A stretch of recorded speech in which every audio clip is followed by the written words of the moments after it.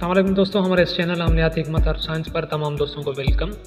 चांदी बनाने के लिए पारे की गिरह बनाना स्टेप 2। इस वीडियो के पहले स्टेप में हमने कली को साफ़ करना सिखाया था। इस स्टेप में हम उसी फार्मूले को आगे लेकर चलेंगे। अगर किसी भाई ने इस वीडियो का पहला पार्ट नहीं देखा तो लिंक डिस्क्रिप्शन में मौजूद है, आप वहाँ से देख सकते हैं। क्या आप जानते हैं कि कली का वज़न कम क्यों हो गया?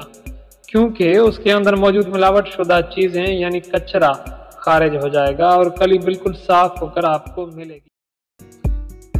अब नमक 1 तोला और 1 तोला पारा खरल में रखकर उनको आपस में खूब खरल करें। लगातार 1.5 घंटे तक खरल करते रहें। जब नमक का रंग काला हो जाए तो पारा नमक से निकालकर अलहदा कर लें।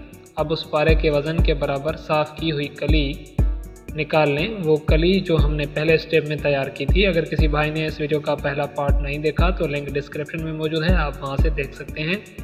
तो आप वही कली इस्तेमाल करें।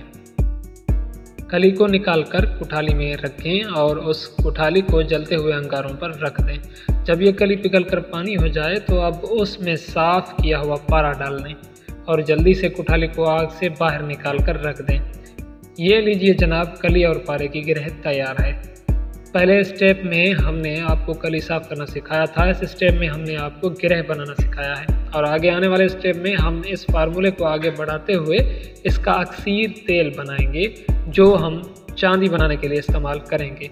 तो चैनल को सब्सक्राइब करें, बेल आइकन को प्रेस कर दें ताकि आने वाली वीडियो से सबसे पहले आप तक पहुंचे। उम्मीद है कि आज की वीडियो आपको बहुत पसंद आई होगी। अगर कोई बात आपको समझ में नहीं आई तो आप कमेंट में पूछ सकते हैं। आपकी रहनुमाई के लिए हम मुकम्मल कोशिश करेंगे। तो चलिए मिलते हैं अगले स्टेप में।